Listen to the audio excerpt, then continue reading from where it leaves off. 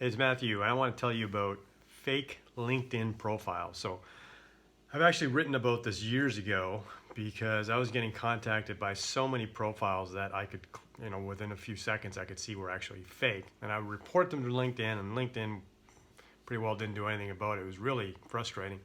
I think it might have slowed down over the past little while. I could be wrong about that, but I think it might have been slowed down over the past little while. But anyway, regardless, let me tell you how to identify a fake LinkedIn profile, okay, when they're asking you for a connection.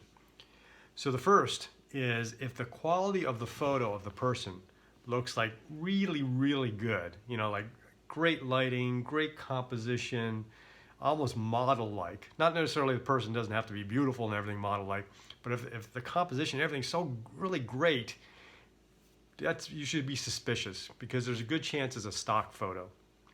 Because, if you look at most of the legitimate photos on LinkedIn, they might look okay, but you can tell that they're not necessarily done with professional photography with, perfect hair and lighting and all the things that go with it.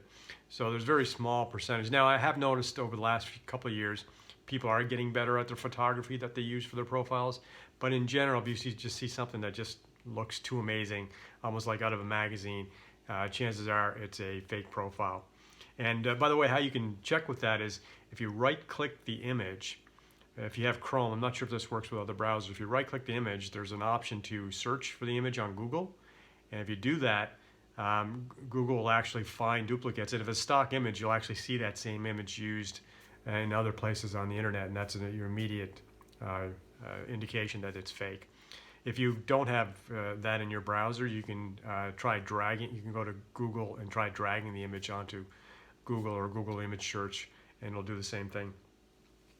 The other thing is the other second thing you can do to check that if a profile is suspicious is if a profile has hundreds of connections. Not like dozens, but hundreds of connections with very little profile information. So hundreds of connections, but there's very little, job information, interest information, profile about the person. Then chances are it's fake because anybody who has hundreds of connections normally has worked at it to some extent, right?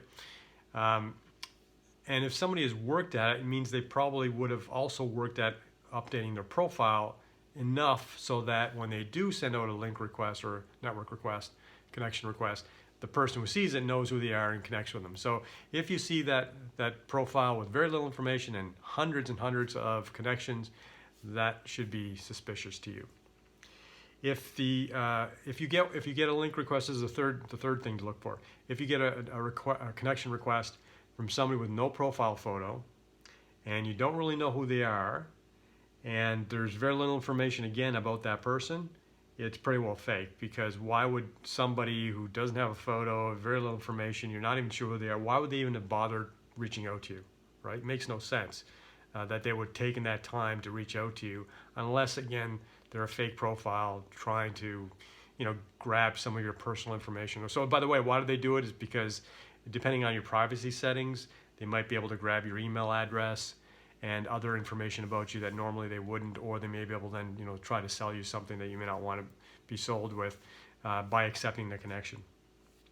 The fourth is if the profile text description about the person seems somewhat familiar or, just looks too good in some ways, then sometimes it may have been actually copied from a real person's profile. So I've seen this where somebody might go to a website, from a lawyer's website or something, copy their actual profile from there and paste into the fake LinkedIn profile to make them look real.